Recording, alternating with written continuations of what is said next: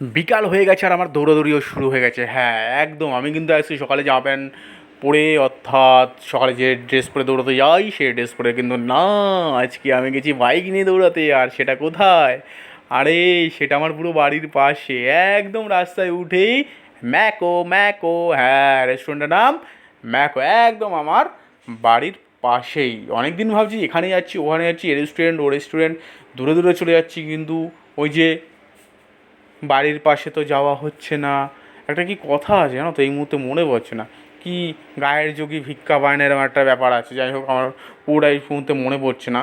কিন্তু আমি চলে গেছিলাম এখানে তোমার রেস্টুরেন্টে গিয়েই কিন্তু প্রথমে বাইরেটা দেখে নিলাম। বাইরেটায় কিন্তু ছিল একটা নন এসি, আর তার পাশেই ছিল একটা এসি। আমি কিন্তু বেশ গরমে বাইক চালিয়ে গেছি, তো অনেকটা গরম লেগেছে বুঝতেই পারছো। ব্যাস একটা এসি কম্পার্টমেন্ট দেখে বসে পড়লাম, অর্থাৎ এসি কম্পার্টমেন্টে ঢুকে গিয়ে এখানে মেনু চার্টগুলো দেখতে শুরু করলাম। ও বাবা, যেই খাবারের অর্ডার করেছি চিকেন বিরিয়ানি, পাশে দেখি ছোটো ছোটো করে লেখা রয়েছে এক্সট্রা 10 টাকা চার্জ। এটা মনে হয় শুধুমাত্র এসির জন্যই ছিল। যাই হোক, এটা আমার খুব পছন্দ হয়নি। এটা আমার মনে হয় যারা এসি বা নন এসিতে বসুক তাদের জন্য এই চার্জটা কেন দিতে হবে, সবার জন্যই সমান করলে মনে হয় বেশি বেটার হতো।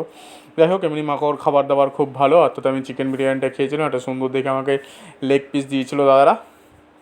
আর লোকাল ছিল বলে, মুখ চেনাচিনি বলে কি লেগ পিসটা দিল আমি জানি না, কিন্তু আশা করি সবাইকেই দেবে। কিন্তু মুরগির যেটা দুটো লেগ হয়, যাই হোক, যে যেটা পাবে তো ভালো। কিন্তু মাংসটা আর বিরিয়ানিটা কিন্তু অসাধারণ ছিল। আর সাথে রায়তাটাও কিন্তু জাস্ট ফাটিয়েছিল।